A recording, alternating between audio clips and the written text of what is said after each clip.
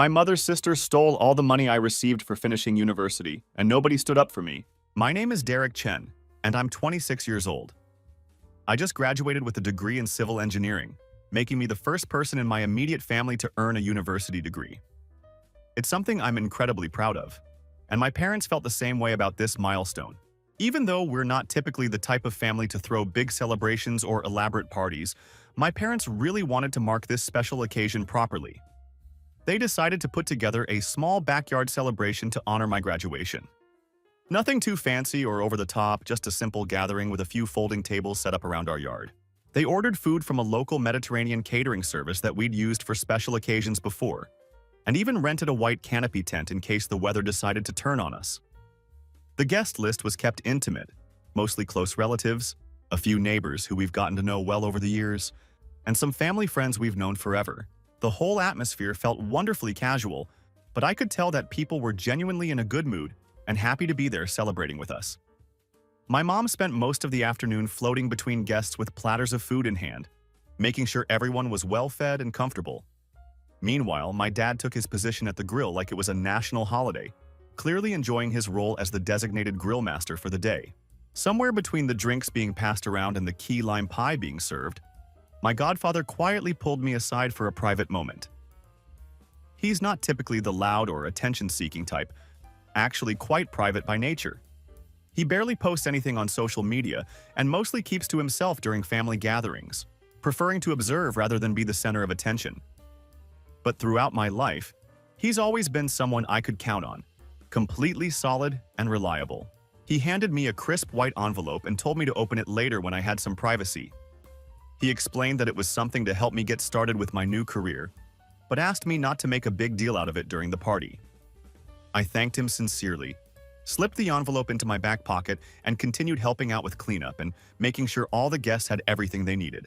When I went back inside to drop off some used serving dishes in the kitchen, I decided to take the envelope upstairs to my bedroom for safekeeping. I slipped it into my bedroom drawer without giving it much thought. It seemed like the most logical place to keep it secure until I had a chance to open it privately later. The bedroom door was open like it always was during family gatherings, and the drawer wasn't locked since nothing had ever gone missing in our house before. We'd always been the type of family where trust was simply assumed, and theft was never even a consideration among relatives and close friends. After securing the envelope, the day continued rolling along smoothly. People came and went throughout the afternoon and evening, with most of the older guests gradually departing by sunset as expected. The party was winding down naturally when the only ones who showed up late were my dad's younger sister, Diane, and her teenage son, Tyler. They arrived right around the time when most people were already packing up their things and saying their goodbyes. What struck me as odd was that they didn't bring anything, no card, no gift, no dish to share, and they didn't really say much to anyone when they arrived. My Aunt Diane has always been the kind of person who seems just a little annoyed to be anywhere she goes, carrying this perpetual air of mild irritation. But despite her somewhat standoffish demeanor, my parents still welcomed her warmly like nothing was off, treating her with the same hospitality they'd shown everyone else. Her son Tyler remained glued to his phone the entire time he was there, barely looking up to acknowledge anyone or participate in any conversations. While everyone else was naturally winding down and preparing to leave, Diane and Tyler seemed to linger without any apparent rush to get going. My mom even mentioned to me quietly that it felt strange how they had shown up so late but didn't seem to be in any hurry to leave, especially when most other guests were already heading home. At one point during their visit, my aunt asked to use the bathroom, specifically the upstairs one. This felt a little weird to me because we have a perfectly functional bathroom downstairs that everyone else had been using throughout the entire party without any issues. When I mentioned the downstairs option, she insisted that she needed privacy and preferred to use the upstairs bathroom instead. It felt slightly unusual, but I reminded myself that she was family after all. I just nodded and kept busy helping out in the kitchen, not wanting to make a big deal out of what seemed like a reasonable request at the time. After about 15 minutes had passed, my aunt still hadn't come back downstairs from the bathroom. The length of time seemed excessive for a simple bathroom visit, and it was becoming noticeable to other family members as well. My dad even called out jokingly from the kitchen that she might have gotten lost up there, trying to lighten the mood while clearly wondering what was taking so long. Eventually, she finally came back down acting like absolutely nothing had happened. She rejoined the group casually, as if her extended absence was completely normal. Shortly after her return, both she and Tyler left the party without much fanfare or extended goodbyes. That's when things started to feel genuinely off, though I couldn't quite put my finger on why at the time. It was around 10:30 p.m., when the house had finally quieted down and most of the cleanup was finished, that I remembered the envelope my godfather had given me earlier. I headed upstairs to my room, eager to finally see what thoughtful graduation gift he had prepared for me. I opened the drawer where I had carefully placed the envelope earlier in the day, expecting to find it exactly where I had left it. Instead, I discovered that it was completely gone. The drawer wasn't even fully closed properly, which immediately caught my attention since I'm usually quite careful about closing things completely. A couple of my shirts inside the drawer were noticeably out of place, clearly having been moved around by someone searching through my belongings. It was obvious that someone had deliberately gone through the drawer and moved things around while looking for something specific. I thoroughly checked the rest of my room just in case I had somehow misplaced the envelope or put it somewhere else without remembering, but I knew with absolute certainty exactly where I had placed it. There was no doubt in my mind. It simply wasn't there anymore. I went back downstairs and asked both of my parents directly if either of them had moved anything from my room or perhaps cleaned up upstairs while I wasn't looking. Both of them confirmed that they hadn't even been upstairs at all during the entire party, having spent all their time entertaining guests and managing the celebration downstairs. I didn't say much more to them in that moment, not wanting to immediately jump to accusations without being completely sure of what had happened. Instead, I stepped outside where I could have some privacy and sent a text message to my godfather, asking him what exactly had been inside the envelope he'd given me. He replied to my text pretty quickly, which I appreciated given how late it was. What he told me made my stomach drop completely. The envelope had contained $3,500 in cash, a substantial amount that was specifically meant to help me purchase some of the basic tools and software licenses I would need as I started my engineering career. He explained that these were items that weren't cheap by any means, and he knew that as a recent graduate, I couldn't afford to buy them right away on my own. The gift was intended to be a surprise, something that would give me a real head start in my professional life without the financial stress of having to save up for months just to get the basic equipment I needed. As soon as I read his message and understood the full scope of what had been stolen, I knew exactly who had taken it. Only one person had gone upstairs during the entire party. Only one person had acted strangely and been in a position to access my room. My Aunt Diane had been up there for nearly 15 minutes with no legitimate reason, and no one else had even had a reason to be anywhere near my bedroom. I went back inside and told my parents what I suspected had happened, explaining the timeline and the fact that she was the only person who could have taken it. My mom immediately looked uncomfortable with the accusation, clearly not wanting to believe that a family member would do something like this. My dad just kind of froze up when I explained my reasoning, processing the implications of what I was saying. Then both of them told me to let it go and not start anything over this situation. I asked them directly how losing $3,500 could possibly not be worth starting anything over, but they insisted that pursuing it would only cause unnecessary drama within the family and wasn't worth the conflict it would create. I didn't push the issue further with them at that moment, recognizing that they were more concerned about family harmony than justice. Instead, I decided to quietly try talking to my cousin Tyler directly. I caught him outside by their car just before they were about to leave, hoping I could get some honest answers or at least gauge his reaction. I asked him casually if he had seen an envelope in my room, or maybe if he had picked it up by mistake thinking it was something else. He just shrugged his shoulders without making eye contact with me, clearly uncomfortable with the question. He mumbled something vague about not knowing what I was talking about, but his body language and inability to look me in the eye told a completely different story. After that brief and unsatisfying conversation, he quickly got into the car and they drove away, leaving me with even more certainty about what had actually happened. Later that night, I decided to post a message in our family group chat, keeping my approach as diplomatic and non-confrontational as possible. I kept the tone polite and didn't name anyone specifically, not wanting to immediately escalate the situation into open accusations. I simply stated that an envelope had gone missing from my bedroom drawer during the graduation party, and asked if anyone might have seen it or perhaps picked it up by accident. For hours after posting the message, there was complete silence in the group chat. No one replied, no one acknowledged the message, and no one offered any helpful information. The silence itself felt telling, as our family group chat was usually pretty active with people responding quickly to most messages. Then, finally, my Aunt Diane responded to the group chat. However, instead of providing any explanation or expressing concern about a missing item, she wrote just a single dismissive line. "Maybe don't leave your valuables lying around."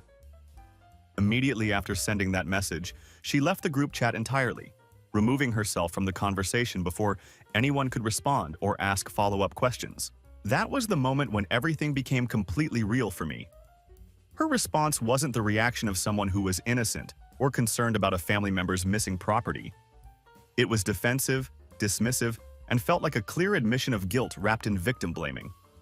The fact that she immediately left the chat after making that comment made it even more obvious that she knew exactly what had happened to the envelope. The day after the party, I decided to drive over to see my godfather in person. He doesn't live very far from us, and I felt that this conversation was too important and sensitive to have over text messages. When I arrived at his house, I started by thanking him genuinely for the generous gift and telling him how much I appreciated his thoughtfulness and support. Then, I had to explain the difficult truth, that the envelope had gone missing from my room during the party. I told him everything that had happened, including the timeline of events, my aunt's suspicious behavior upstairs, her dismissive response in the group chat, and how she had immediately left the chat right after making that comment. He listened to everything I said and stayed quiet for a moment, clearly processing all the information. Then he told me that he wasn't really surprised that something like this had happened. What did surprise him, he said, was how bold and brazen she had been about the entire situation, especially with her response in the group chat. He made it clear that he wasn't upset with me at all about what had happened. If anything, he looked more disappointed that the situation had occurred in the first place, rather than angry at me for somehow allowing it to happen. He told me that he wanted to help me pursue this matter properly, even if it ended up making things messy within the family dynamics. He advised me to treat this situation exactly like what it was: stolen money, not some minor family misunderstanding that could be brushed aside. His perspective was refreshing after my parents' reluctance to rock the boat. Before I left his house, he assured me that if I ever needed a written statement or any kind of support in pursuing this legally, he would put everything in writing without hesitation. Back home, my mother tried her best to calm the entire situation down. She suggested that maybe it had all been some kind of misunderstanding and reminded me that family matters shouldn't be allowed to turn into full-scale wars. I told her directly that this didn't feel like a misunderstanding to me, especially when $3,500 had disappeared and the only person who went upstairs had made a mocking comment before leaving the group chat entirely.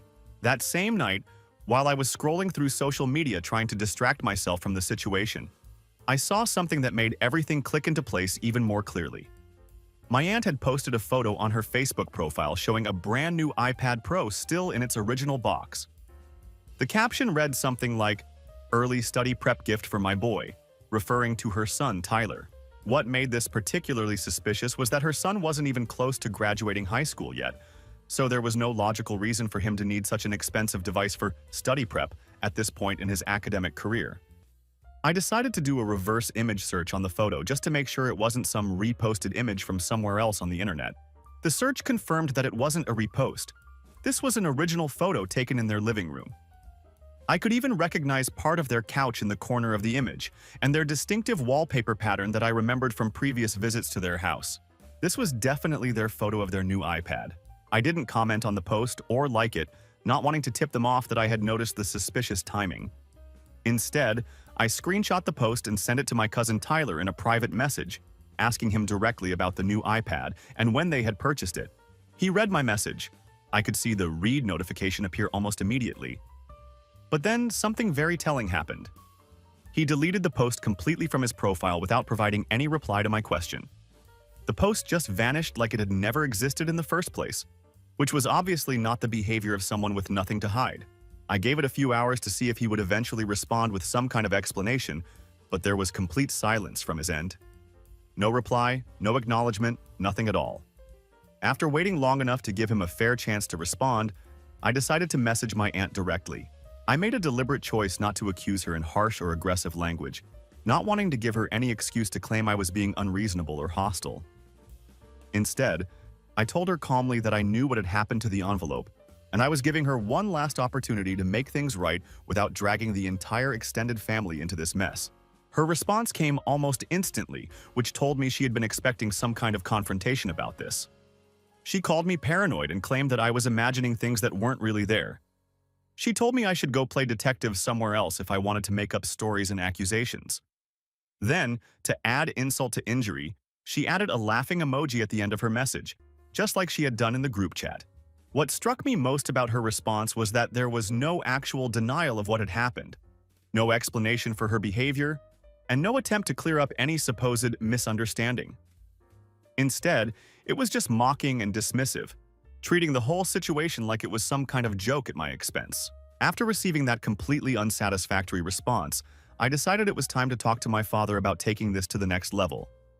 I told him directly that I wasn't planning to let this slide or disappear quietly. I said I would give her a few more days to reconsider her position, but if nothing changed, I would be filing a police report for theft. That's when my father let something slip that provided additional context to the whole situation. He mentioned that his sister had been having money problems recently and suggested that she had probably borrowed the envelope thinking she would quietly pay it back later without anyone ever knowing about it. I asked him directly how someone could possibly borrow something they never asked permission to take in the first place. I pointed out that stealing cash from my bedroom drawer and then using it to buy electronics for someone else hardly counted as borrowing in any reasonable definition of the word. He didn't have a real answer to that logic, and I could see that he was struggling to justify her actions even to himself. He just looked tired and worn down by the whole situation. I decided to update my godfather on everything that had happened so far. The iPad post, my cousin's suspicious behavior in deleting it, my aunt's mocking response to my direct message, and my father's revelation about her supposed financial problems. My godfather was completely done playing nice about the situation at this point. He told me he would write up a formal statement confirming the cash gift and the exact date he had given it to me. He advised me not to wait too long to take action, warning that if I delayed, people would try to twist the story and make it harder to prove what had actually happened. His support meant everything to me, especially when my own parents seemed more concerned about family peace than justice. That same night, I spent time putting together comprehensive screenshots of everything that had occurred. I captured the iPad post before it was deleted, the message exchanges with my cousin, my godfather's confirmation of the gift, and created a detailed timeline of all the events. I kept everything neutral and factual in my documentation, focusing on presenting the evidence without making emotional accusations. I posted a detailed message in our family group chat with all the screenshots attached as evidence. I deliberately didn't name anyone specifically, but I laid out all the facts clearly. A large cash gift had gone missing from my drawer during the graduation party. And here's what I had discovered since then. I mentioned the timeline of the bathroom visit, the new iPad photo that appeared immediately afterward, and my godfather's confirmation of the original gift. I ended the message by stating clearly that I would not be letting this matter go, and that I would be pursuing things through proper legal channels if the situation wasn't resolved promptly. I wanted to give everyone a final opportunity to address this within the family before involving outside authorities. There was silence in the chat for several tense minutes after I posted the message and evidence. Then suddenly, a voice note appeared from my aunt. It was loud and aggressive, and you could hear the anger in her voice immediately. In the voice note, she was calling me a liar and accusing me of trying to shame her entire family publicly. She claimed that I was acting entitled, and that I was deliberately trying to turn everyone in the family against her for no good reason. What was particularly striking about the recording was how she talked over herself, throwing out excuses and insults in the same breath, clearly flustered and defensive. After that explosive voice message, all direct contact between us came to an abrupt end. Once I had established clear legal boundaries around the situation, she seemed to realize that her aggressive approach wasn't going to work. A few seconds after posting the voice note, she blocked me entirely. Not just on one platform, but on everything. Phone calls, text messaging apps, social media. Every possible method of communication was cut off. My godfather called me shortly afterward to inform me that the exact same thing had happened to him. She had systematically cut off all contact with both of us, blocking us on every platform and ensuring that neither of us could reach her again. Of course, this also meant that she couldn't contact us either, which seemed like she was essentially slamming a door shut behind her to avoid any further confrontation. I initially assumed that would be the end of the immediate drama, But I was completely wrong about that. After my message and screenshots went up in the family group chat, I didn't exactly expect a warm and supportive reaction from everyone, but I definitely didn't expect what actually came next. Within just a few hours of posting the evidence, I started receiving private messages from different relatives throughout our extended family.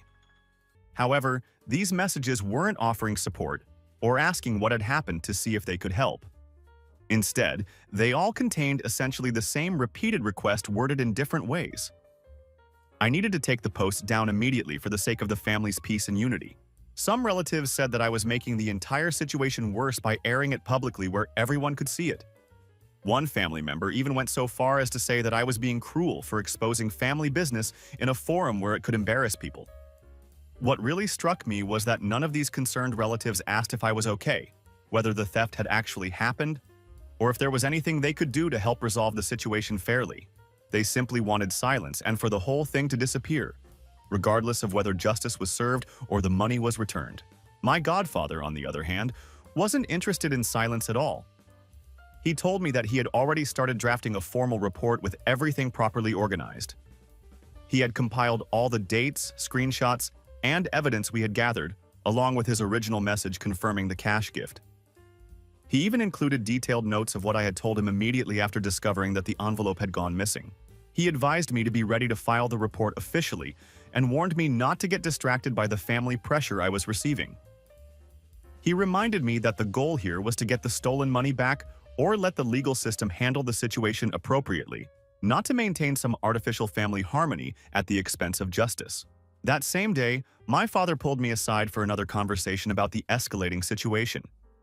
He asked me directly not to go to the police with this matter, claiming that involving law enforcement would destroy what was left of our family relationships and cause a level of shame that we would never be able to recover from. He suggested that we could still figure everything out privately within the family, and that my aunt probably didn't mean any real harm by her actions. He seemed to genuinely believe that this could still be fixed through internal family discussions rather than legal intervention. I told him clearly that it wasn't my shame to carry, and that I wasn't going to be responsible for protecting someone who had stolen from me and then mocked me about it. He didn't push the conversation any further after that, seeming to realize that my mind was made up about pursuing this properly. The next day, I received a private message from my aunt's husband, someone I don't speak with very often, so it felt strange and significant to even get a notification from him. His message didn't waste any time with pleasantries or explanations. He warned me to be very careful about what I was accusing people of, but notably, his message contained no questions about what had happened, no denial of the accusations, and no attempt to clear up any supposed misunderstanding. It was just a straightforward warning, which felt more like an attempt at intimidation than genuine concern. I didn't bother arguing with him or trying to explain my position. Instead, I replied by sending him the draft police report that my godfather and I had been preparing, along with a list of all the evidence we had compiled. I told him there were exactly two options available at this point. Either the money gets returned promptly, or I would file the report officially with law enforcement. There was no middle ground or room for negotiation on this matter. After sending that clear ultimatum, he left me on read without responding, which told me everything I needed to know about their intentions. Not long after that conversation, I received a text message from a phone number I didn't recognize. The message was brief but revealing. "Please don't drag me into this," followed by, "I didn't take anything." I checked the area code and confirmed it was local to our area. The wording and tone of the messages felt familiar, and I had a strong suspicion about who might be texting me from this unknown number. I decided to call my mobile provider to get more information about the mysterious number. They were able to confirm that the number was linked to a second prepaid phone that was registered under my cousin Tyler's name.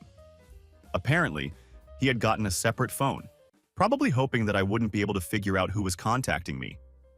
Interestingly, he hadn't blocked me on this new number, likely because he was hoping I wouldn't discover his identity. I chose not to respond to his messages, and I didn't threaten him or chase him for more answers. Instead, I decided to go back to the family group chat one more time with a final ultimatum. I wrote what I stated would be the last message I would post about this situation before going through official legal channels. I restated all the facts clearly and objectively and told everyone in the chat that the window for returning the money quietly was rapidly closing. I didn't call anyone out directly by name, and I didn't point fingers at specific individuals, but everyone reading the message knew exactly who I was referring to and what needed to happen. The next phone call I received came from my mother's sister, who said she believed my version of events and acknowledged that she knew what kind of person my aunt could be when it came to money and boundaries. However, after expressing her support, she started asking me to think carefully about how pursuing this matter could potentially affect my job prospects, my reputation in the community, and the way other family members would view me going forward. She urged me not to ruin my professional image by pressing criminal charges against a family member, suggesting that it could follow me and damage my career opportunities. I thanked her for her concern and ended the call politely. But I didn't promise her anything or commit to dropping the matter. That phone call made one thing crystal clear to me. Most of the family didn't actually want justice or a fair resolution to this situation. What they wanted was for everything to be swept under the rug like it always had been in the past, preserving the illusion of family harmony at the expense of accountability. My godfather, however, was completely done with rugs and sweeping things under them. That evening, he sent an official message to a smaller family group where events and holidays are usually planned and coordinated. He announced that from this point forward, my aunt, her husband, and her son would not be invited to any future family events that he hosted or organized. Additionally, he informed everyone that he had updated his will to name me as the sole heir to his engineering tools, machines, and workshop files. This was his way of making it absolutely clear that he was all in on supporting me through this situation, regardless of the family drama it might create. Later that same night, my father forwarded me a screenshot that provided yet another piece of evidence.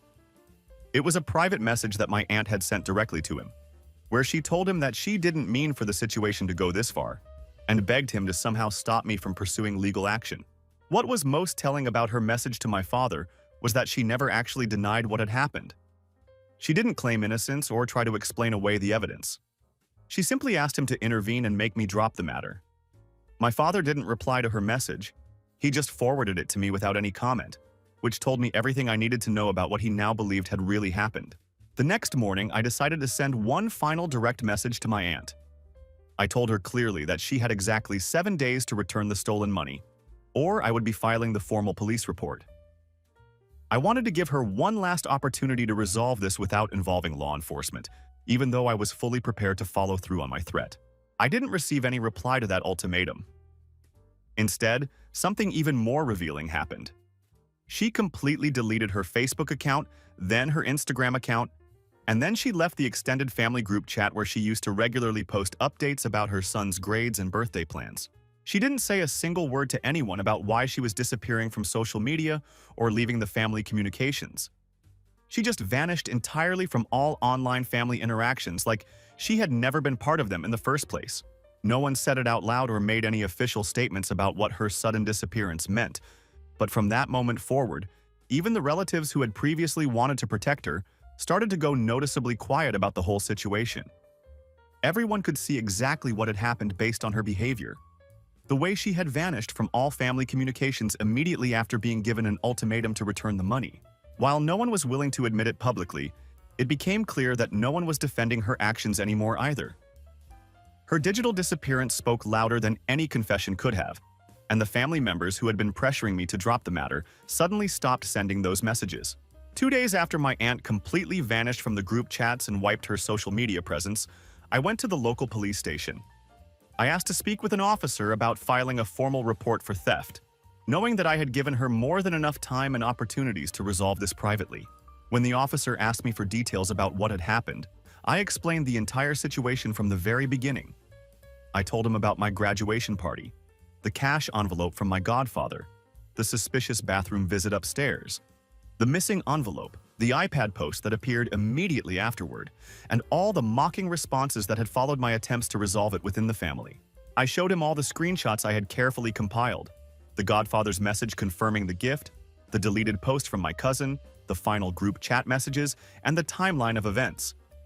The officer reviewed everything thoroughly and didn't brush off my concerns or treat it like a minor family squabble. He told me that this wasn't the first time they had seen something exactly like this happen, and he encouraged me to file a formal complaint. He explained what kind of additional evidence would help build an even stronger case. Written statements from witnesses, digital proof of communications, and a comprehensive timeline of events. He gave me a packet of paperwork explaining how to properly file the complaint and what to expect from the process. His professional and serious approach to the situation validated my decision to pursue this through official channels rather than continuing to try to handle it privately within the family. Back home, I spent the next 2 nights meticulously building a comprehensive case file. I organized everything in chronological order. Every text message, every screenshot, every phone call log, and every piece of evidence I had gathered since the theft occurred. My godfather took the time to type out a detailed signed statement confirming all the specifics of his gift to me. He documented the exact date and time he had handed me the envelope, the precise amount of cash that was inside, and even noted where we were standing during the handoff in my parents' backyard. He also included his reasoning for the gift, specifically that it was meant to help me purchase professional tools and career support materials as I started my engineering career. I decided to reach out to my cousin one more time through one of the few phone numbers I still had for him, asking if he would be willing to give a statement about what he had witnessed or knew about the situation. His reply was disappointingly brief and unhelpful. He simply said that he didn't want to get involved in the matter at all, and that was the end of our communication. His response wasn't a denial of what had happened, and it wasn't a claim of innocence on his or his mother's behalf. It was just pure avoidance, which somehow made everything feel even more obvious and confirmed my suspicions about their guilt in the situation. Once I had compiled everything into a comprehensive file, I submitted it all to the police department. They reviewed the evidence and documentation I had provided and decided to open an official case based on the strength of the materials. The officer told me they would start with a basic inquiry process, which would involve checking my story with my godfather and possibly speaking directly to the people involved in the incident.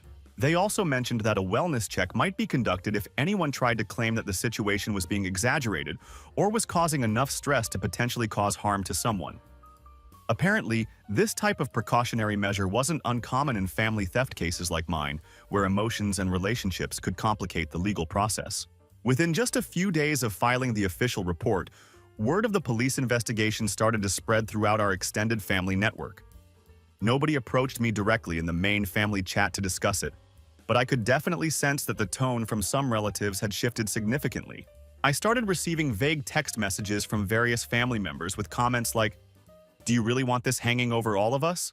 Or, "Aren't there better ways to solve this kind of problem?" What struck me about these messages was that they still didn't deny that the theft had actually happened. Instead, they just wanted the entire legal process to stop, regardless of whether justice was served or the money was recovered. Then something unexpected happened. My aunt reappeared online, but under a slightly different version of her name. She had created new social media accounts and started posting again, this time acting like absolutely nothing had ever happened between us. It was as if the entire theft incident, the confrontations, and the police report had never occurred. What was particularly bold about her return to social media was that she immediately put up a photo carousel showing off her son's elaborate new desk setup. The photos featured the new iPad, expensive new headphones, a wireless keyboard, and a fancy ergonomic chair. The caption talked about how proud she was to be able to support his education with all these new tools and equipment. For some reason, her new profile was set to public rather than private, which meant I could see all of her posts without being connected to her as a friend or follower. I carefully saved screenshots of everything she posted, documenting this new evidence without saying a word or engaging with her content in any way. I simply logged it all, filed it with my existing evidence, and moved on to the next steps in my case. Not long after discovering her new online presence, my grandmother called me, and she was crying when I answered the phone. She told me through her tears that this legal action wasn't what our family was supposed to be about, and that I was pulling everything apart by pushing the situation this far. She pleaded with me to reconsider my approach and find a way to heal the family relationships instead of pursuing justice through the courts.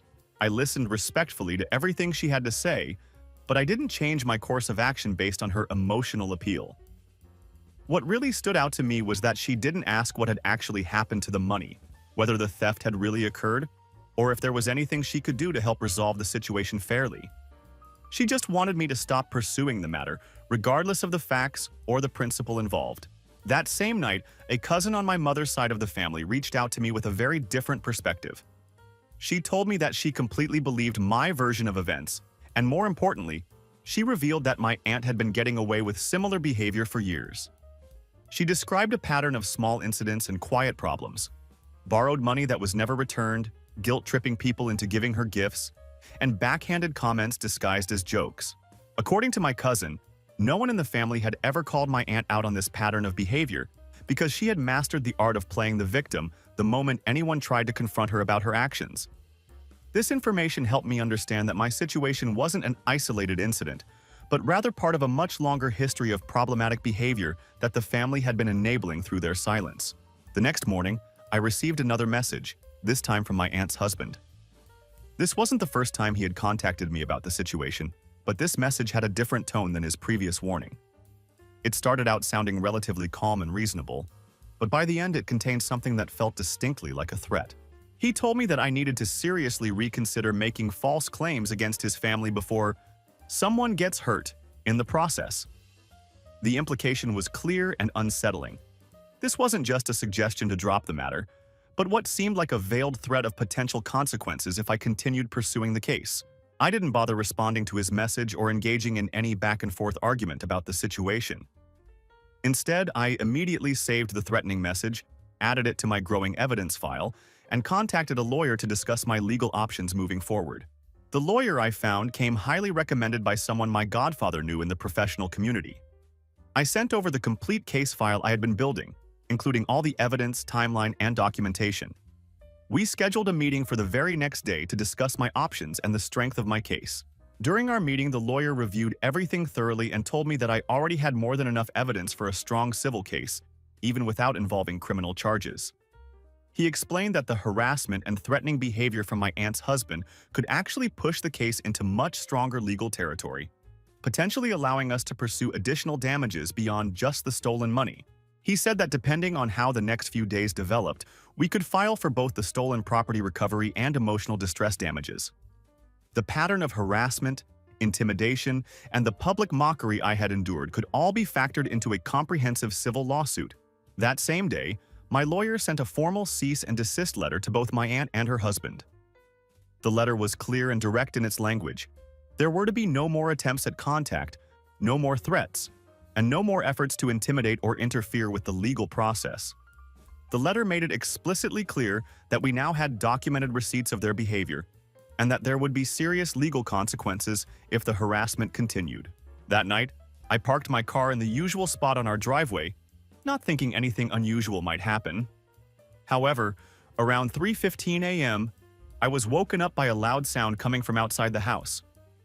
When I got up the next morning and went outside to check, I discovered that my windshield was streaked with dried egg residue, with broken shells scattered on the ground around my car and one shell still half smashed on the hood.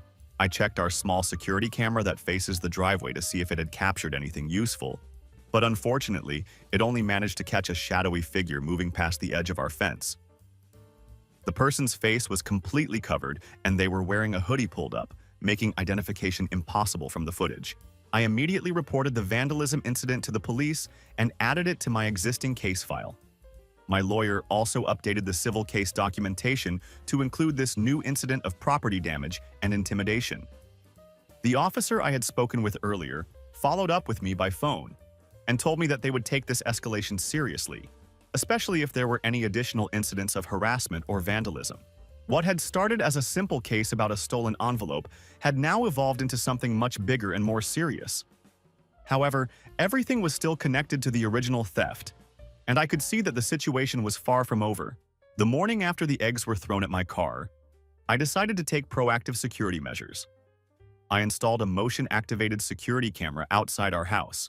Nothing too elaborate or expensive, but a decent unit with night vision capabilities and cloud storage backup. This way, if anything else happened, I would have clear evidence of who was responsible. I filed an updated vandalism report with the police, attaching clear photos of the dried egg residue on my car, the time-stamped footage of the shadow moving past our fence, and the audio recording of the threat I had received from my aunt's husband earlier. The police logged everything into their system and flagged the case for potential escalation if more harassment incidents followed. That same night, my new security camera proved its worth by capturing another incident. Around 3:22 a.m., the motion sensor was triggered and recorded a figure in a hoodie walking up our driveway. The person threw what appeared to be a small bag filled with trash at the side of my car before walking back down the street. While the face wasn't clearly visible in this footage either, the height, build, and overall posture of the figure looked remarkably similar to my cousin Tyler. The timing was almost identical to the previous incident, suggesting it was the same person returning to continue the harassment.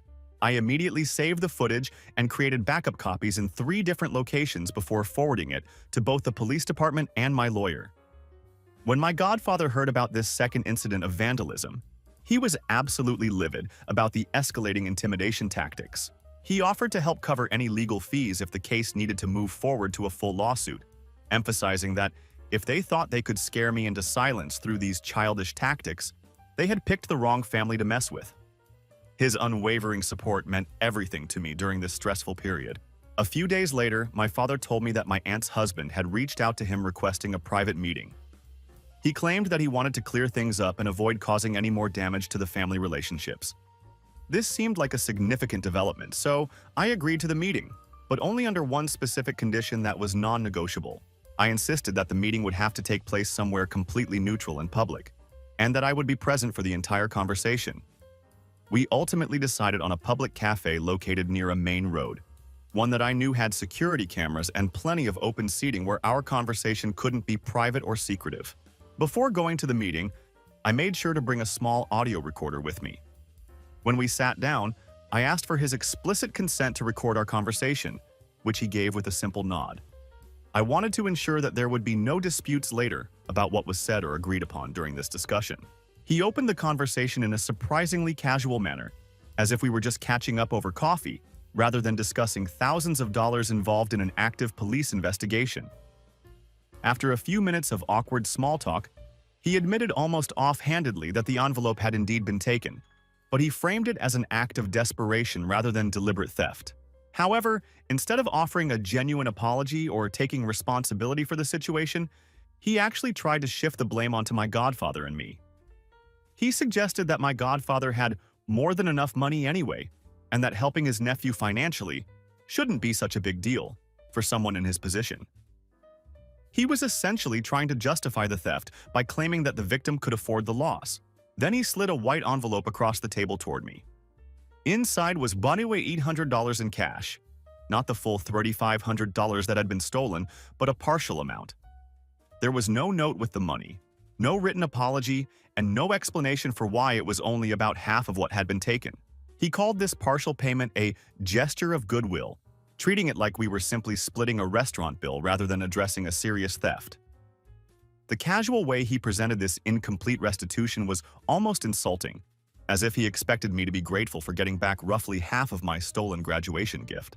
I immediately pushed the envelope back toward him and told him clearly that receiving half the money didn't cancel out the original theft or erase everything that had happened since then. His partial payment didn't address the harassment, the threats, the vandalism, or the months of stress his family had put me through. He shrugged his shoulders casually and leaned back in his chair, showing no real concern about my rejection of his offer. Then he muttered something under his breath that I found deeply troubling.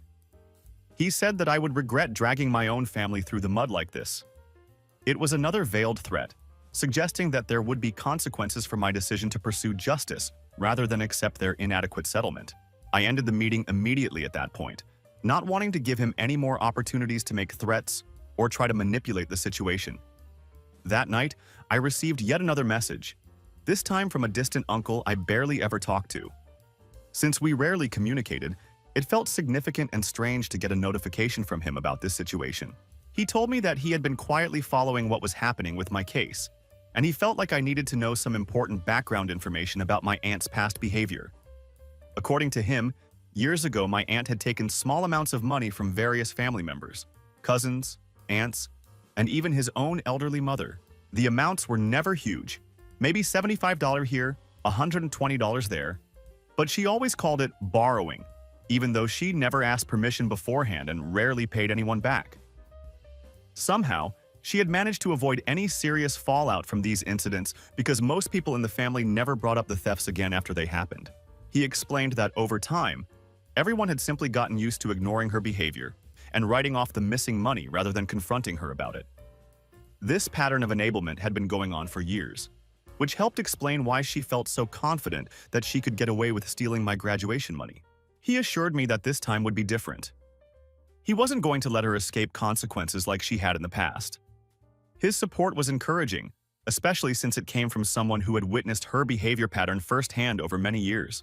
I decided to play the recording from the cafe meeting for both of my parents, wanting them to hear exactly how my aunt's husband had handled the situation. My dad listened to the entire conversation without saying much, but I could tell that something had shifted in his perspective. After hearing the recording, he stopped trying to defend her actions or asking me to back off from pursuing the case. He never brought up family unity or keeping the peace again after that day. My mother, who had stayed relatively quiet throughout most of this ordeal, finally spoke up after hearing the recording. She told me that she now understood why I couldn't let this matter go, and that she was on my side from this point forward. She admitted that she hadn't fully realized how far the situation had escalated until she heard the dismissive and threatening way my aunt's husband had spoken during our meeting. My lawyer began preparing a comprehensive civil case based on all the evidence and incidents that had accumulated over the past several months. He was filing multiple counts, one for the original theft, one for emotional distress caused by the ongoing harassment, and a third count for reputational damage caused by their public denial and intimidation tactics. We added the attempted hush money offer from the cafe meeting, all the threatening messages I had received, the audio recordings of conversations, and documentation of the vandalism incidents to our case file. My lawyer explained that the timeline and evidence we had compiled painted a very clear picture of systematic harassment and theft that would be difficult for them to defend against. At the same time, I decided to file a formal complaint with the alumni committee at my university. I had discovered that my aunt had been listed as a mentor on one of their community outreach pages, where she had claimed that her family was full of rising engineers and that she was actively supporting the next generation of professionals in the field. I wrote a short professional statement explaining that she had misrepresented herself and her character to the university. I detailed how she had actually stolen a graduation gift that was specifically meant to support my early engineering career, which was the exact opposite of the mentoring role she claimed to play. I attached the police report number and confirmation of the civil case to my complaint, providing the alumni committee with official documentation to support my claims. This wasn't about revenge. It was about preventing her from using false credentials to gain positions of trust with other students who might be vulnerable to her manipulative behavior. 2 weeks later, I received a formal reply from the alumni committee. They thanked me for bringing this matter to their attention and confirmed that an internal review process had begun based on my complaint. They told me that any further updates regarding their investigation would be handled through proper administrative channels. While they didn't offer specific details about what actions they were taking, the tone of their message was formal and serious, suggesting that they were treating my complaint as a legitimate concern rather than a family dispute. This gave me confidence that they would investigate the matter thoroughly. After compiling everything we had, my godfather and I sat down together to review the entire case one more time. We went through every piece of evidence, every conversation that had taken place, every warning we had received, and every time someone had tried to pressure me into dropping the pursuit of justice. We both agreed that this would not be allowed to become one of those family problems that simply disappeared quietly over time, swept under the rug like so many other issues had been in the past. This time, there would be accountability and consequences, regardless of family relationships or social pressure. 2 weeks after the cease and desist letter had been sent and the cafe meeting had taken place, the police called my aunt in for formal questioning. They had thoroughly reviewed all the material I had submitted to them: my godfather's detailed statement, the comprehensive evidence timeline, all the screenshots and messages, and even the security camera footage from my driveway. When she arrived at the police station, she came with her husband by her side for support. During the questioning, she immediately denied everything, telling the officers that there had never been any envelope and no cash gift at all. She claimed that the entire situation was just family drama that had gotten completely out of control and blown out of proportion. Her husband sat beside her throughout the questioning, remaining mostly quiet but nodding along in agreement with everything she said. The officers conducting the interview didn't argue with her directly or challenge her denials in an aggressive way. Instead, they asked thoughtful follow-up questions based on the detailed timeline and evidence that had been submitted. The problem with her story was that it simply didn't match up with the documented evidence we had provided. She couldn't offer any reasonable explanation for why she was the only person who had gone upstairs during the entire graduation party. She had no credible reason for why her son's expensive iPad had appeared online immediately after the incident occurred.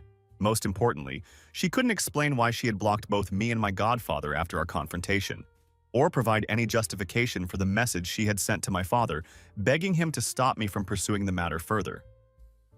When the officers asked her about that particular message, she claimed weakly that she was just trying to keep the peace within the family. Her explanation simply didn't hold up under scrutiny when compared to the solid timeline and documented evidence that my godfather and I had provided. The police also contacted my godfather separately for verbal confirmation at the station, and he restated everything clearly and consistently when he had given me the envelope, exactly how much cash it contained, and his reasons for providing the graduation gift. His version of events matched perfectly with the written statement that was already on file, creating a consistent and credible account of what had actually happened. Between the obvious inconsistencies in her story and the solid, verifiable timeline we had established, the police told me afterward that they were keeping the case file open and continuing with their investigation and inquiries. After that police meeting, word got around the family very quickly. The family group chat, which had already been unusually quiet for weeks, started to completely fall apart. A few relatives sent me private messages saying that I was going too far with the legal action and that involving law enforcement was vindictive and unnecessary. Other family members didn't say anything at all to me directly, but they began leaving the group chat one by one without explanation.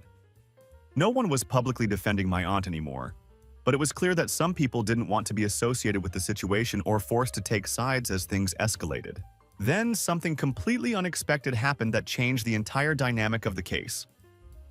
One of my cousins who had originally defended my aunt very loudly in the early stages, even going so far as to call me dramatic and unreasonable in earlier messages, sent me a private message that caught me completely off guard. They wrote simply, "I didn't know everything. I was wrong."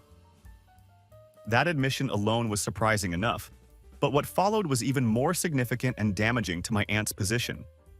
They attached a screenshot of a private group chat that I had never known existed, where my aunt had been discussing the police investigation with a few close friends. In these private messages, she had been laughing about the investigation and joking about her ability to trick the police officers. She called me spoiled and clueless for pursuing the matter so seriously.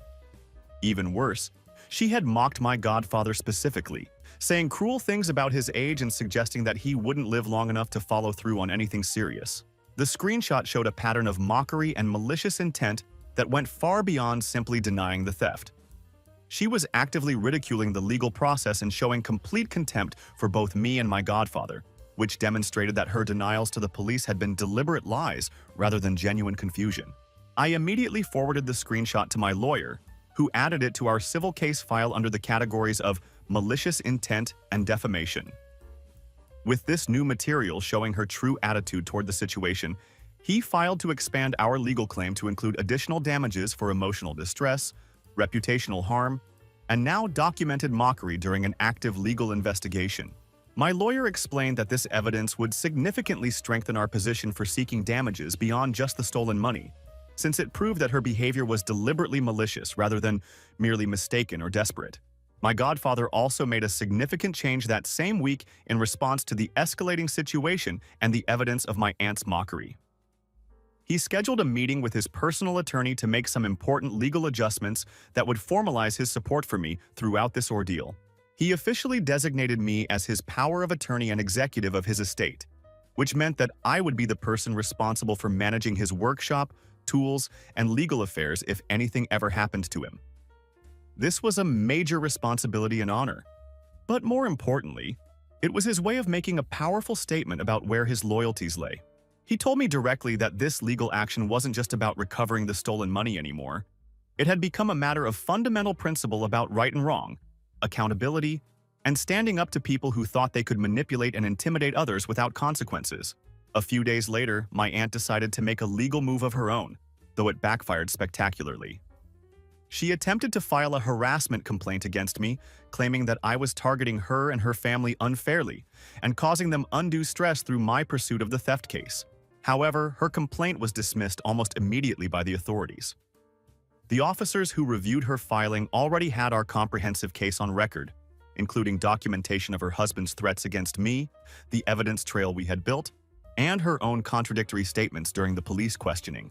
They filed her harassment complaint away as completely baseless and flagged it in their system as a retaliatory filing. This failed attempt to turn the tables actually worked against her, since it demonstrated that she was trying to use the legal system to intimidate me rather than address the legitimate theft charges.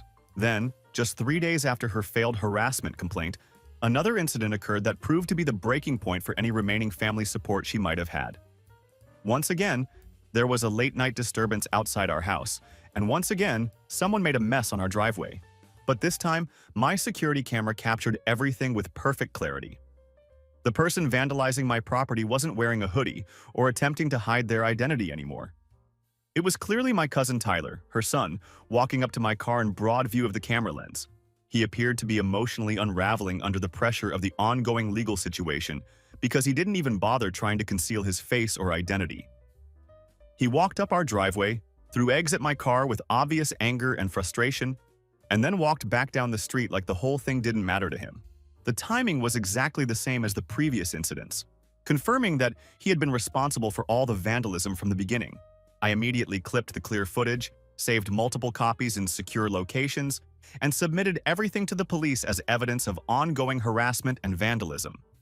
The quality of this recording was so much better than the previous shadowy footage that there could be no doubt about who was responsible for all the incidents. The next afternoon, police officers made a visit to their house to officially question my cousin Tyler about the vandalism and intimidation. They presented him with the clear video evidence showing his face and actions, making it impossible for him to deny his involvement in the harassment campaign.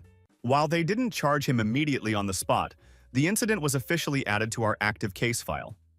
The officer handling our case told me that this latest evidence would reflect very badly on their family's credibility if we ended up going to court, since it demonstrated a pattern of retaliation and intimidation that supported our claims about their character. This third vandalism incident, captured so clearly on camera, became the breaking point for any remaining family support my aunt might have had. The relatives who had still been quietly defending her or trying to stay neutral finally went completely silent about the entire situation. Some family members stopped replying to her messages altogether, while others quietly removed her from their social media connections. There were no more subtle defenses of her actions, no more attempts to find middle ground, and no more neutral stances from people who had previously tried to avoid taking sides. She had definitively lost the benefit of the doubt that some family members had been giving her. Her story and credibility were collapsing one layer at a time, and now even her closest supporters could see the pattern of behavior that had been escalating throughout this entire ordeal. The clear video evidence of her son vandalizing my property while she was dealing with police questioning about theft charges made it impossible for anyone to continue viewing this as a simple family misunderstanding or miscommunication. That weekend, my godfather decided to send one final definitive message to the family event planning group chat. He kept his statement short and direct, but the impact was significant for anyone who had been following the situation. He announced that neither my aunt nor her son would be invited to any future family gatherings, holidays, or celebrations that he hosted or organized. This was a major statement, since he traditionally hosted several important family events throughout the year that had always included everyone. He ended his message with a note that resonated throughout the family. Some lines aren't meant to be crossed, and when they are, you don't pretend it didn't happen. After sending that final statement, he left the group chat entirely, making it clear that his decision was final and non-negotiable. A few days later, I received an unexpected email from a local news outlet. They had apparently discovered the civil lawsuit through public record searches and wanted to speak with me about the case. The idea of media attention made me somewhat nervous, but I agreed to do a short interview under the strict condition that my identity would remain anonymous. They ran a small article with a headline something like, "Graduation Gift Dispute Becomes Family Legal Battle." The article didn't mention any specific names or identifying details, but the story was clear enough that people who knew our family personally would probably be able to figure out what was being discussed. What I didn't expect were the positive messages that started coming in after the article was published. Several people from the engineering community that I had been trying to network with reached out to me personally to say that they admired how I was handling such a difficult situation with integrity and determination. One firm even offered to connect me with a legal advocate who specialized in helping young professionals recover from financial setbacks and navigate complex personal legal issues. Another engineering contact sent me free resources on contract law and personal legal planning that would be valuable as I started my career. These were all small gestures individually, but together they represented real support from my professional community, which meant a lot during this stressful period. It was encouraging to see that standing up for what's right was being recognized and respected by people whose opinions mattered for my future career. Meanwhile, my father received a short and cryptic message from my aunt's husband that seemed to signal their recognition that the situation had moved beyond their control. The message simply said, "You got what you wanted." There was no additional explanation, no follow-up, and no attempt to clarify what he meant by that statement. My father forwarded the message to me without adding any comment of his own, which spoke volumes about how he was viewing the situation at this point. He didn't try to defend them or suggest that I should respond. He just passed along the information and let me decide how to handle it. That turned out to be the very last message that any of us received from their side of the family. The communication thread that had been going on for months through various family members and different channels simply ended there with no fanfare or dramatic conclusion. With everything finally in motion and all the evidence compiled, my lawyer submitted the final paperwork to formally move our civil case forward through the court system. A court date was officially issued and scheduled, which meant we now had a concrete hearing on the calendar where everything would be resolved legally. The case wasn't just about stolen money anymore at this point. It had expanded to encompass all the threats, the vandalism incidents, the defamation, and the emotional stress that had been inflicted over these many months. The case had grown substantially, but so had the strength of our proof and documentation. There were no more family meetings about the situation, no more attempts to settle things privately, no more text messages asking me to take down the group chat posts, no more cousins trying to defend her actions, and no more debates about who was right or wrong. From this point forward, everything would be handled through the official court system. A week before our scheduled court date, my aunt's legal team submitted a request for a delay in the proceedings. The filing cited her supposed medical issues as the reason for needing more time, mentioning stress-related symptoms and making vague references to fainting spells that were allegedly affecting her ability to participate in the legal process. However, when the judge reviewed their delay request, he noted that no supporting documents had been attached to substantiate these medical claims. There were no doctor's notes, no hospital records, no formal diagnosis, and no medical documentation of any kind to support the assertions of health problems. The judge carefully reviewed the request for additional time and ultimately denied the motion, ruling that the hearing would proceed as originally planned. This meant that we would move forward with the court date without any delays or postponements. As part of the pre-trial discovery process, my lawyer began digging deeper into exactly how the stolen money had been used by my aunt and her family. We had already documented the iPad and expensive desk setup that had appeared immediately after the theft, but the investigation revealed additional misuse of the funds. He discovered that a significant portion of the stolen cash had actually been used to cover overdue utility bills that were in danger of being shut off. The account information, though registered under her son's name, was clearly linked to their household expenses and living costs. Payment receipts were obtained through the legal subpoena process, which further tied the stolen funds to personal expenses that went well beyond the electronics purchases we had initially discovered. This detail helped reinforce our argument that the money wasn't borrowed in a moment of desperation with intentions to pay it back, as her husband had suggested during our cafe meeting. Instead, it demonstrated that the cash was spent immediately across multiple personal expenses and household bills, with clearly no intention of ever returning any of it to me or my godfather. My godfather submitted one final affidavit to the court that provided crucial clarification about the nature and intent of his graduation gift to me. He wanted to make it absolutely clear that the money was not simply a general congratulatory gift that could be used for anything I wanted. Instead, he specified that it was designated specifically for tools, software licenses, and startup costs directly related to launching my engineering career. He revealed that he had actually included a detailed letter with the envelope that listed these exact intentions and purposes for the money, which had also gone missing along with the cash. His testimony was particularly powerful because it demonstrated that he had made similar graduation contributions to other family members in the past, and none of those recipients had ever experienced any issues or theft related to their gifts. This pattern showed that theft was not a normal occurrence in our family gatherings, making my aunt's actions stand out as clearly aberrant behavior. Meanwhile, the university alumni committee finished their internal review of my complaint about my aunt's false mentorship credentials. I received a brief but formal letter confirming that my aunt had been officially removed from her mentorship position with immediate effect. They acknowledged in their letter that her listed contributions and qualifications had been based on misrepresented information about her character and family situation. Her involvement with student outreach programs was permanently terminated, though they did not disclose any additional disciplinary actions that might have been taken. While they kept the details confidential, that formal step alone sent a clear message about how seriously they had taken my complaint and evidence. A subpoena was also issued requiring my cousin Tyler to testify in court regarding the vandalism incidents. His role in repeatedly egging my car and the clear video evidence that had been captured made his court appearance necessary for the case to proceed completely. When his school administration caught wind of the subpoena and learned about his involvement in the ongoing legal case, they reached out to me directly. A school representative asked if I would be willing to submit a letter requesting that the school go easy on him academically and disciplinarily, essentially asking me to advocate for leniency in his consequences. I declined their request without hesitation. I told them that I would not be intervening on his behalf or asking for any special consideration given his deliberate participation in harassing and intimidating me throughout this ordeal. The school representative acknowledged my response professionally and informed me that they would proceed with their own disciplinary action based on their code of conduct policies, without any input from me requesting mercy or reduced consequences. At the court-mandated mediation session, my aunt finally made a settlement offer in an attempt to resolve the case before it went to full trial. She presented a $2,500 settlement proposal, claiming that financial hardship made it impossible for her to offer the full amount that had been stolen.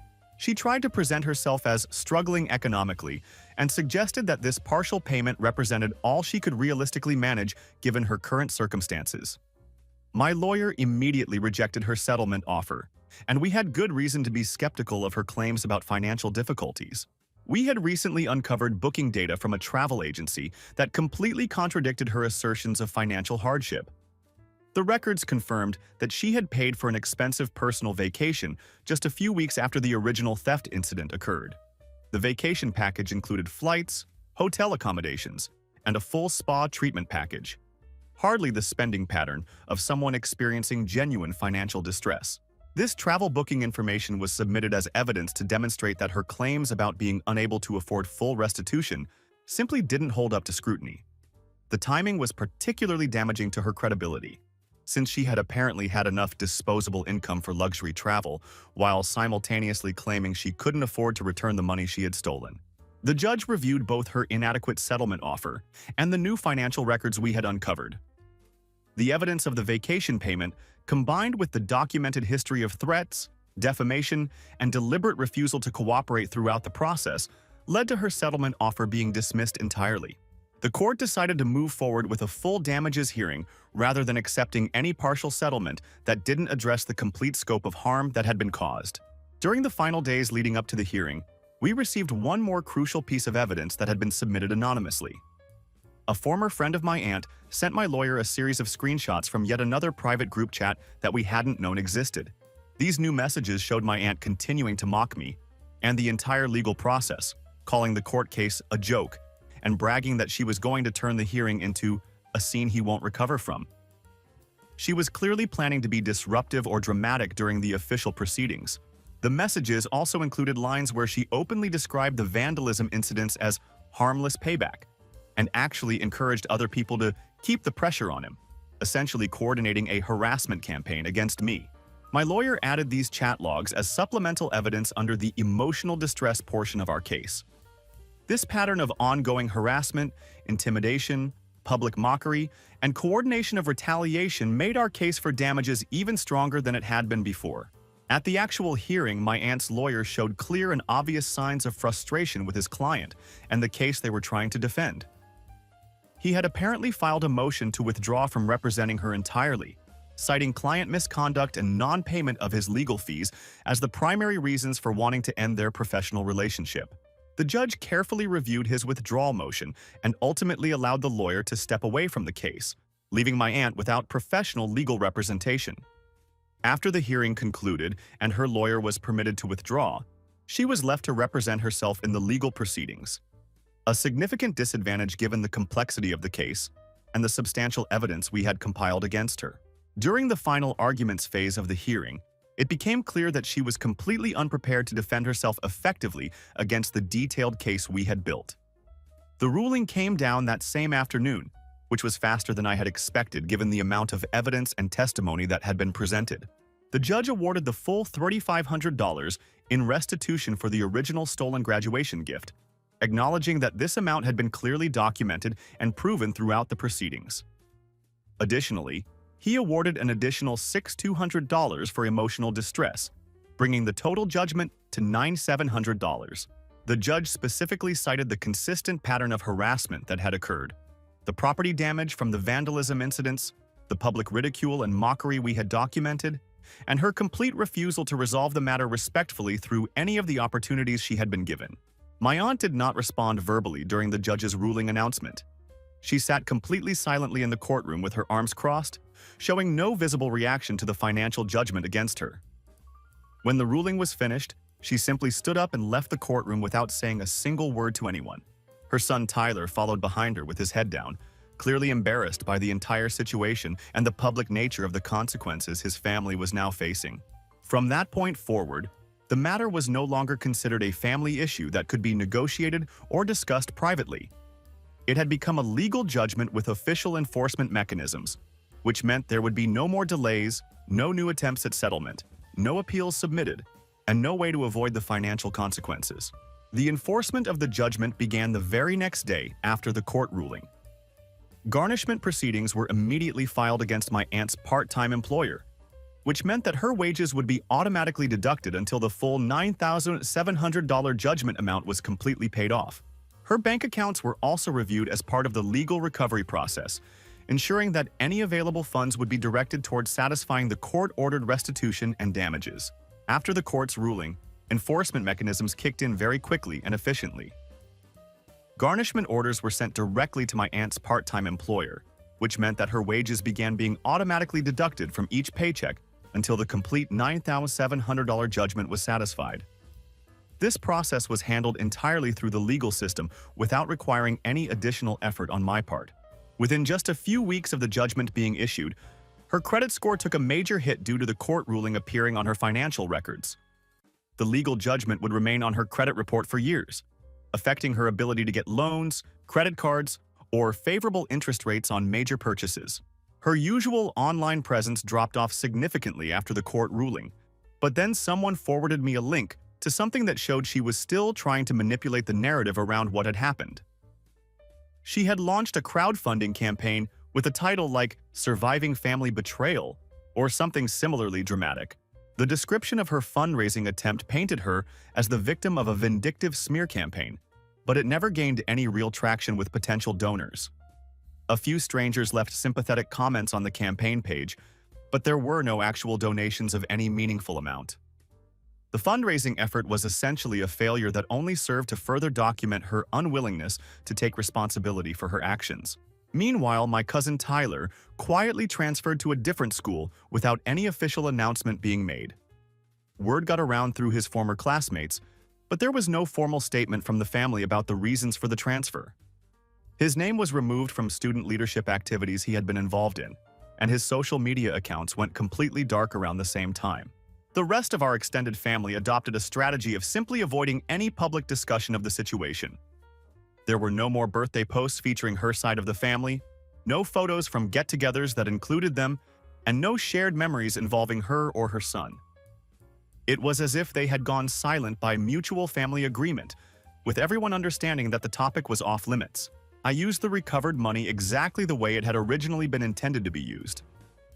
I purchased the professional tools I couldn't afford after graduation, including drafting software licenses, updated my laptop with the specifications I needed for engineering work, and bought a starter kit of high-precision instruments that would be essential for my career. Within just a few weeks of getting the restitution, I was able to accept a job offer from an engineering firm I had been interviewing with. Having the proper tools and software licenses made me a much more attractive candidate, since I could start contributing immediately without the company needing to invest in my basic equipment. My godfather hosted a private dinner at his house to celebrate both the successful resolution of the legal case and my new job. He grilled salmon, opened a bottle of wine that he had been saving for a special occasion, and gave a toast to the start of something real in my career and life. At the end of the evening, after everyone else had left the celebration dinner, my father stayed behind a little longer than usual. He wasn't particularly talkative throughout most of the evening, but I could tell he had something on his mind that he wanted to address privately. Before leaving, he pulled me aside for a brief but meaningful conversation. He apologized to me once, just once, without elaborating extensively or making excuses for his earlier position. He said simply that he should have believed me from the very start of this ordeal, rather than initially pushing me to let the matter go for the sake of family harmony. He didn't follow up his apology with a bunch of justifications or explanations for why he had originally taken that stance. He just acknowledged his mistake directly and then left, which I actually appreciated more than a lengthy explanation would have been. A few days later, I received a series of short messages from various cousins and relatives who had either stayed completely silent throughout the entire legal process or had actually sided with my aunt during the early stages of the conflict. Most of these people didn't try to justify their previous positions or explain why they had initially doubted my version of events. Instead, they kept their messages simple and direct, with comments like, "I'm sorry for not speaking up when I should have," or "You were right to pursue this." I replied politely to each of them, thanking them for reaching out and acknowledging their words. But I didn't make any particular effort to rebuild close relationships or reconnect on a deeper level. After the court decision was finalized, the extended family updated their event planning calendar and organizing systems to reflect the new reality. My aunt's name was systematically removed from every invitation list, planning committee, and organizational responsibilities she had previously held. There were no more potluck assignments for her family, no planning duties for holiday gatherings, and no invitations to family celebrations. This wasn't announced publicly or discussed openly, but it was completely clear to everyone involved. Her name simply stopped appearing on family communications, and notably, no one in the family pushed back against this exclusion or advocated for her inclusion. Several weeks after the legal resolution, my lawyer contacted me with an interesting proposal. He wanted to create and publish a short educational guide based on the experience we had just been through, specifically designed for young adults who might find themselves in similar situations. The guide would focus on practical topics like how to handle informal theft within family or social circles, how to properly protect and document gifted money, and how to gather and preserve evidence for potential legal action. He thought our case provided an excellent real-world example of how to handle such situations properly. I agreed to collaborate with him on creating this educational resource, thinking it could genuinely help other people who might find themselves in similar difficult situations. We drafted a simple, downloadable checklist that covered the essential steps for protecting yourself in such circumstances. The guide included practical advice like documenting everything that happens, saving all text messages and communications, always keeping digital receipts and records, and most importantly, never being afraid to escalate a situation through proper legal channels when someone crosses clear ethical and legal lines, even if that person happens to share your last name. Privately, I took some time to go through everything that had happened once more, before putting the entire experience completely behind me. I reviewed not just the court documents and legal evidence we had compiled, but also the more personal aspects of how different people had reacted and behaved throughout the ordeal. I reflected on the significant shifts that had occurred in various relationships. The things people said when they thought I would just stay quiet and let the theft slide, versus how they acted once it became clear that I was serious about pursuing justice through official channels. I can honestly say that I didn't regret taking legal action, even though it had caused considerable drama and permanently changed family dynamics. The entire experience had shown me clearly who truly believed in doing what's right when it mattered, and who simply preferred things to stay quiet and comfortable, regardless of how wrong or unfair the underlying situation might be. Soon after the legal case was completely resolved, my godfather finalized some important estate paperwork that he had been working on. He called me over to his home office one evening and opened a desk drawer to show me something that had significant sentimental value. He handed me a beautiful pocket watch that had belonged to his father and had been passed down through 3 generations of his family. He explained that it was time for the watch to go to someone who had demonstrated that they would stand up for what truly mattered. rather than someone who simply knew how to stay quiet when it was convenient. That moment of receiving the family heirloom meant even more to me than the successful court ruling had. It represented his recognition that I had handled the situation with integrity and principle, regardless of the personal cost or family pressure I had faced. Through official legal channels, I had one final administrative task to complete in order to close the door on this chapter completely. I sent a formal letter to my aunt that was approved and delivered through my lawyer's office, ensuring that it would be legally documented and enforceable. The letter contained just one simple but powerful sentence: "Forgiven, not forgotten, do not contact me again." This concise message made the no-contact clause permanent and enforceable under court supervision, ensuring that any future attempts at communication could result in additional legal consequences. She didn't reach out to me directly after receiving that final legal notice, which showed that she understood the seriousness of the court-enforced boundaries. However, I did hear through family grapevine conversations that she had attempted to send messages to me through two distant cousins who were still in occasional contact with her. Those relatives wisely chose not to pass along her messages to me.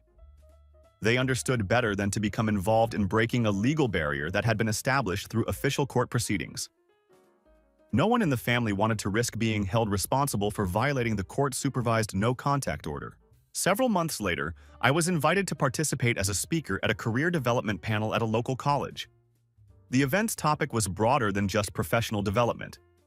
It also covered important subjects like establishing financial boundaries, maintaining personal integrity in difficult situations, and how to protect yourself from being emotionally manipulated or guilted by people who should have had your back. I kept my presentation professional and factual, while still telling the truth about what I had experienced. What had started as a single stolen envelope had turned out to be much more than just a theft case. It had become a mirror that revealed the true character of the people around me, showing me clearly who would stand by me when it mattered, and who would prioritize keeping things quiet over supporting what was right. Months after everything was resolved, I learned that my aunt had tried to contact several family members with requests to help her make things right with me, but none of them were willing to get involved. Everyone understood that the legal boundaries were in place for good reasons, and that attempting to circumvent them would be both unwise and potentially illegal. My godfather, who had been my strongest supporter throughout the entire ordeal, passed away peacefully about a year after the court case concluded. Thanks to the legal arrangements he had made during the case, I inherited his complete workshop, including all his engineering tools, precision machines, and detailed project files that he had accumulated over decades of professional work. His support during the theft case had been unwavering, and his final gift of his professional legacy felt like the perfect conclusion to our relationship. He had not only helped me get justice in my situation, but had also provided me with the tools I would need to build my entire engineering career. The inheritance included not just physical equipment, but also his extensive technical documentation, project notes, and professional contacts that proved invaluable as I established myself in the engineering field. It was his way of ensuring that his support would continue to benefit my career long after he was gone. She didn't reach out to me directly after receiving the formal legal notice, which demonstrated that she understood the seriousness of the court-supervised boundaries that had been established. However, I did hear through the family grapevine that she had tried to send messages to me through two distant cousins who were still in occasional contact with her. Those relatives made the wise decision not to pass along her messages to me. They knew better than to risk becoming responsible for breaking a legal barrier that had been put in place through official court proceedings. No one in the family wanted to be held accountable for violating a court-supervised no-contact order, especially after seeing how seriously the legal system had taken our case. Months later, I was invited to speak at a career development panel at a local college. The topic was about much more than just work and professional advancement. It covered crucial life skills like financial boundaries, personal integrity, and how to protect yourself from being emotionally manipulated by people who should have been supporting you instead.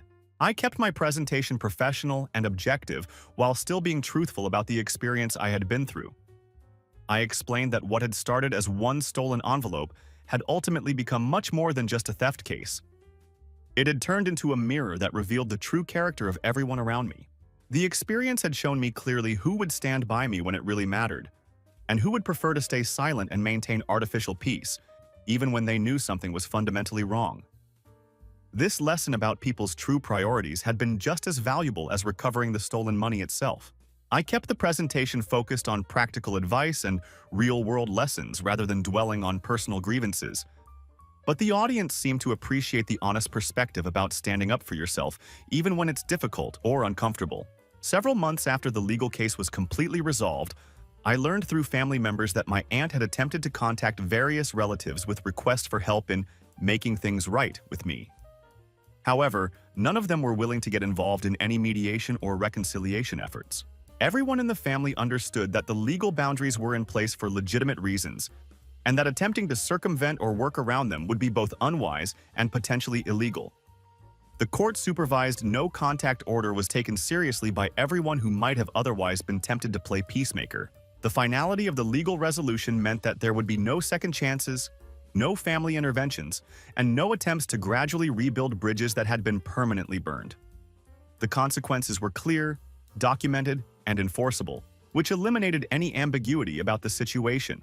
The topic of my presentation covered much more than just career development. It addressed financial boundaries, personal integrity, and how to protect yourself from being guilted or manipulated by people who should have had your back from the beginning. I kept the content professional while telling the truth about what I had experienced. What had started as one stolen envelope had evolved into something much more significant than a simple theft case.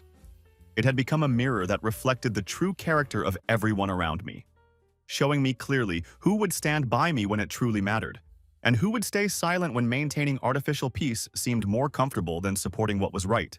I concluded my presentation by emphasizing that standing up for yourself isn't always easy or popular, but it's essential for maintaining your integrity and self-respect. The audience seemed to appreciate the honest, real-world perspective on dealing with difficult situations involving people you're supposed to be able to trust. Looking back on everything that happened, I can honestly say that I have no regrets about pursuing justice through the legal system, even though it permanently changed family dynamics and caused considerable drama. The entire experience taught me invaluable lessons about character, integrity, and the importance of standing firm on your principles when they're tested. The money was recovered and used exactly as it was intended, to launch my engineering career with the proper tools and resources. But more importantly, I learned who I could truly count on when things got difficult, and who would always prioritize avoiding conflict over doing what's right. Some relationships were damaged beyond repair, but the relationships that mattered most, like the one with my godfather, were strengthened through shared principles and mutual respect. In the end, standing up for what's right proved to be worth far more than maintaining false peace with people who had shown their true colors. The legal victory wasn't just about getting my money back. It was about establishing that actions have consequences, even within families, and that some lines should never be crossed without accountability. Sometimes the most important battles aren't the ones you want to fight, but the ones you have to fight to maintain your integrity and self-respect. What do you think about this situation? Have you ever had to choose between family harmony and standing up for what's right?